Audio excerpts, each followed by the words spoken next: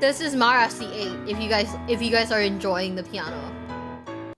But we're watching this. We're watching this right now. Okay. Most Wanted. The story of the biggest and most notorious cheater in Yu-Gi-Oh history, Roy St. Clair. I don't know who Roy is, but let's go. Cheating has been around forever in the Yu-Gi-Oh trading card game. It's long been something the community despises, and Konami themselves have taken many steps over the years in attempts to thwart it. Heck, it's even been portrayed countless times in an extremely negative light in the various Yu-Gi-Oh anime series. But ultimately, cheating can't be completely stopped no matter how much you try. It's sort of like that old saying goes, where there's a will, there's a way, and unfortunately, cheaters always seem to evolve just as the rules do. I once made a video cataloging some of the biggest instances of real-life cheating in competitive Yu-Gi-Oh, but today you're gonna learn exclusively about numero uno, the king of cheats, the real-life Bandit Keith of this game. This is the story of Yu-Gi-Oh's most notorious cheater, Roy St. Clair. Roy St. Clair began his Yu-Gi-Oh journey at the young age of 16. Roy was from Greenbelt, Maryland, and started off in the DM era by playing at local card shops. As someone who also started playing Yu-Gi-Oh around this time, I can tell you that the regional circuit wasn't in full swing during 2003. This meant that Roy was initially limited to local competition. As luck would have it, Roy also got into Yu-Gi-Oh alongside his older brother Brian St. Clair, so at least he would always have someone to play against, whether or not he can make it to locals. By 2004, however, Upper Deck had gotten a regional circuit rolling, and Roy was absolutely hooked. In 2009, Roy told Konami in an interview that in his early days, he and his brother would try to go to every regional possible, and that it was a great experience. It wasn't just the competition and dueling he loved, but he also liked traveling to new places, meeting new people, and Do you guys know who this person is? making friends along the way. While Roy was having a blast traveling and Me attending neither. events, those close to him, like his brother, saw firsthand how good he was at the game, and that fun wasn't the only reward that Roy was reaping. Roy was without a doubt a natural talent, and one could even say a prodigy of this game. I say this because in Imagine being naturally good at Yu-Gi-Oh. his first full year of playing competitive Yu-Gi-Oh, Roy miraculously became the #1 ranked player in the entire United States. As impressive as that sounds, it probably wasn't Roy's largest accomplishment during those DM era years. Roy was a tremendous competitor, and his philosophy was fairly simple. Play the best deck, build your deck as good as possible, and then test the crap out of it. Never Isn't that what we all do? worry about losing, only worry about getting better and smarter each time you play. This may sound unbelievable, but Roy wasn't just the #1 ranked US Yu-Gi-Oh duelist in 2004. He was also a top-notch versus player. In fact, he followed Whoa, what is that? Oh my god. I've been getting into Marvel more mainly because of Marvel Rivals, right? But that looks cool. What the heck?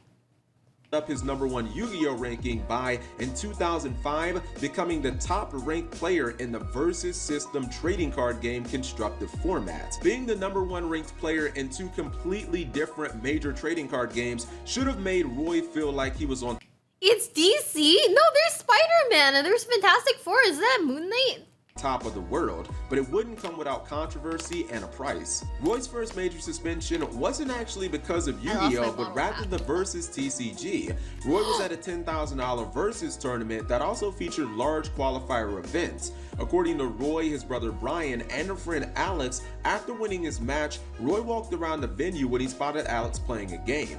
Roy approached the ensuing game thinking his friend Alex and his opponent were playing a casual non-tournament battle. Alex was in the middle of a move when Roy casually said to another one of his friends, Paul, Alex made a misplay there. At this point, Roy was immediately asked by judging staff to leave the area. Alex ended up winning that game, but before the start of the next round, was approached by judges telling him that they were overturning the last round's results and he would be receiving a loss. Upper Deck's side of the story was quite different. According to Upper Deck judges, not only was Roy's act of saying aloud, Alex made a misplay there, completely unacceptable, but they also accused Roy of collusion. Roy was immediately disqualified from the 10K tournament and lost at least $2,000 in guaranteed prizes as he was already in the semifinals. Upper Deck also suspended Roy for 90 days for entering any Upper Deck tournaments. This included Wait, what?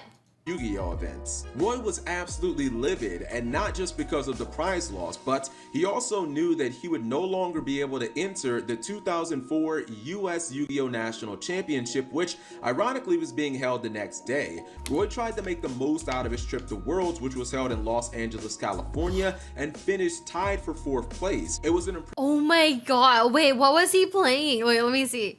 Reflect Bounder, oh fuck. The dragon that requires you to have like a light and dark in the grave. The guy who requires you to have a light and dark in the grave. DD Warrior Lady Breaker. Damn, I don't know. Is this like a old Chaos deck? Oh, what's he? Chaos Emperor Dragon. Yeah. I can't remember what it's called. I just remember the summoning effect. He had Jinzo in his side. He had Berserkerilla in his side. Damn, I kind of love that. Berserkerilla, my boy. Impressive showing, especially considering Roy did better than any duelist who earned their invitation through nationals, and that included the great Terasak Poonsabat. After Roy served his suspension, he returned to competitive Yu-Gi-Oh, looking to prove how good he truly was. At the first Shonen Jump of 2005, wait, instantly less mad. He plays Injection Fairy. Please, I don't remember what the deck is called, but the Injection Fairy is one of my favorite cards. It's so cute. He also plays Pyramid Turtle and Giant Rat. Oh, isn't it Aeronite Parshaft or something? I don't remember. Damn. Both he and his older brother Brian made pretty big statements as they both made it to the quarterfinals. Despite dueling each other often, they opted to run fairly different decks. This would be Roy's biggest accomplishment of the year, but in 2006, he really turned it up. Roy started out the year by coming within an inch of the Shonen Jump Orlando Championship in March. As one of the bigger names in the tournament, Roy took his grindy control deck and pushed it straight to— Okay, wait, question gamers. Question. He has 2 Sidras in his, like, he has the twin Cyber Dragon and Cyber End Dragon, right? How is he getting into that with this, like, deck? Or is he just not?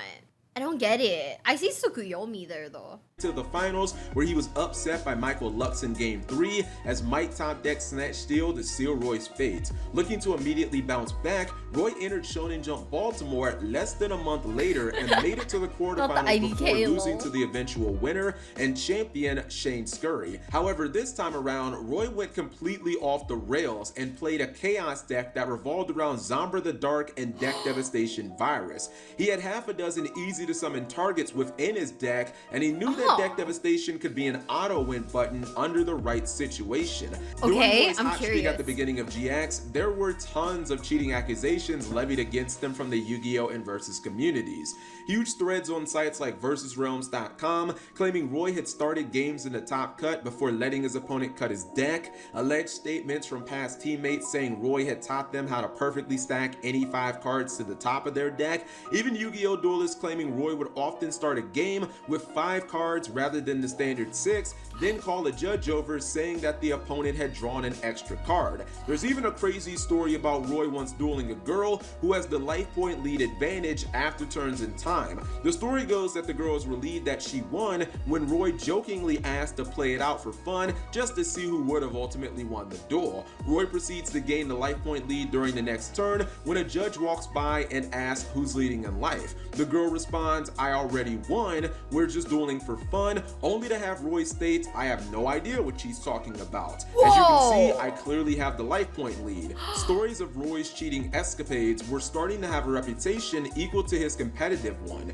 The thing is, however, there was never definitive proof. That was until one fateful regional in College Park, Maryland. At this particular—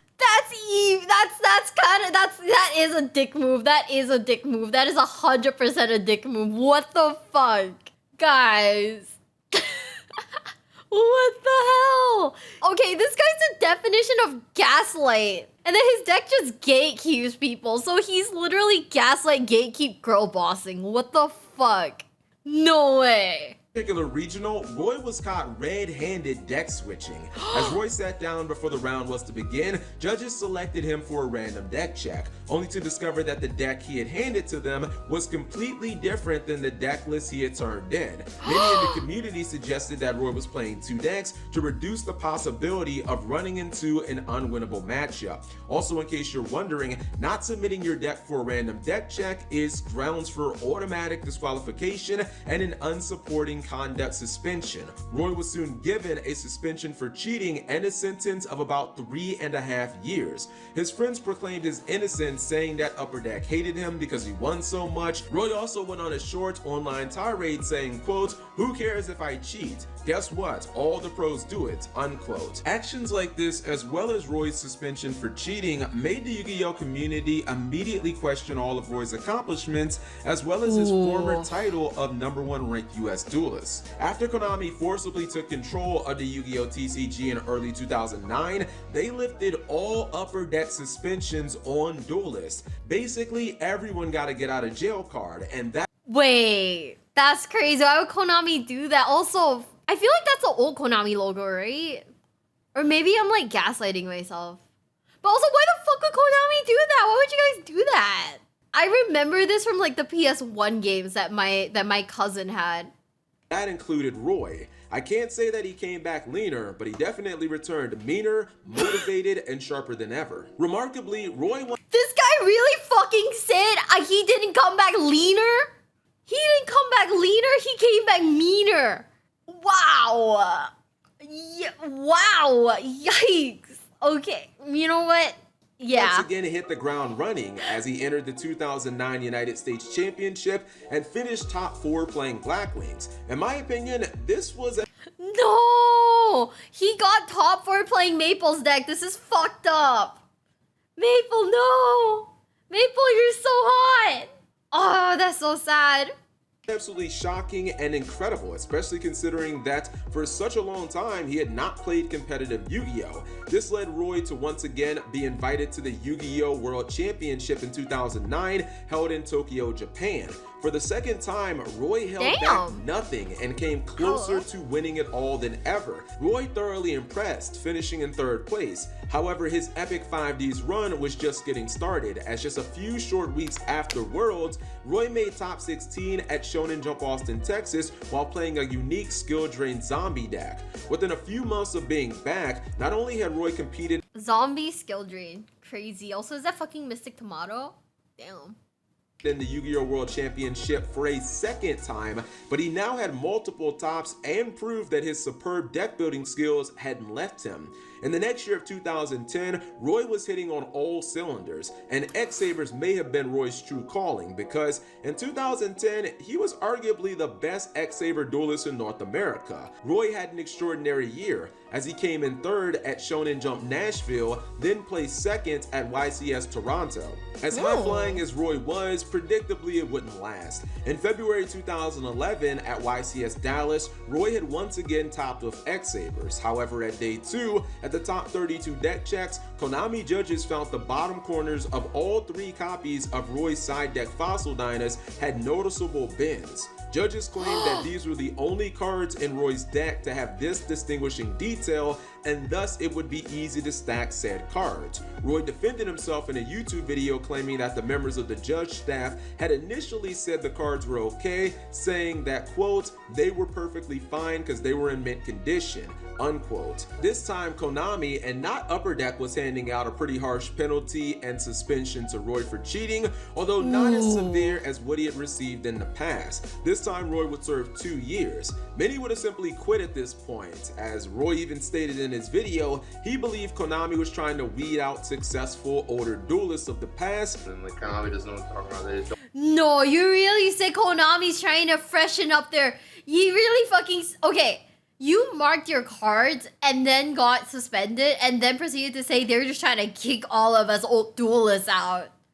That's insane. Oh my god. Just like take the L, dude, and move on. I don't know. It's such a weird reason. Like, they wouldn't... Okay, why would Konami get rid of old players when it's old players who keep the game, like, going? The old Yu-Gi-Oh were all cheat. Were they really? Don't want like great players like me and you know some of the better players. You know, all the best players. Did he really just say great players like me? My brother in Christ. They don't want repeat like greats. They just want like new people to get in the game, get better. However, that just wasn't in Roy's DNA. Roy served out his 2-year suspension and was eligible to return in February 2013. How would he return from a second multiple-year suspension, you wonder? As it turns out, pretty sharp and pretty motivated, just like in the past. Roy immediately cashed in with a top 16 finish at YCS Austin with Karakuri. Roy clearly took inspiration from Desmond Johnson's top 4 build, playing the same deck at YCS Miami earlier, but Roy adjusted his build to his particular playstyle and the expected meta with tech like Macrocosmos in the main deck. All these years off, and Roy was still quite a good deck builder. This would basically Macrocosmos. Does this man play anything other than Floodgates? marked the end of the line for Roy St. Clair's dueling career. He would have one more YCS top in 2015, 2 years later when he made it all the way to the top 16 playing Cleaford at Columbus, but there would be no third Miracle Run the Worlds in this story. In fact, Roy's story actually has quite the sad end as he tragically passed away just 3 years ago in 2017 at the young age of 30 years old. In the end, I'm not sure that there's one broad consensus on Roy St. Clair in the Yu-Gi-Oh community. With all the accusations, suspensions, and stories, I think it's pretty clear that he was a habitual cheater. He's been called the Ric Flair of Yu-Gi-Oh or the dirtiest player in the game, and to be honest, this guy probably wrote the book on cheating in trading card games in general. But on the other hand, I personally believe he was one of the smartest and most talented duelists this game's ever seen, as well as the fact that he's probably one of the best deck builders in Yu-Gi-Oh history. He's without a doubt very infamous, but I think that he's just as equally iconic. I think I'll close this video out by saying Roy wasn't perfect, and he certainly was no angel, at least not in terms of this game. He played fast and loose with the rules all the time, but he was still an icon in my book. And more importantly, he was one of us. He was a passionate Yu-Gi-Oh duelist who loved this game. I want people to understand, this guy spent almost 6 full years banned from Yu-Gi-Oh! On 3 separate occasions, but he never gave up, and each time he came back and started winning like he had never left. Roy, if you ever see this video, I hope I told your story well. You know, I do agree with that bit. I do agree with that bit. I think that this guy ultimately still kind of deserves his flowers. I don't know how he's gonna see the video. I want to watch this, by the way. Out of curiosity, I was gonna watch this, but hang on.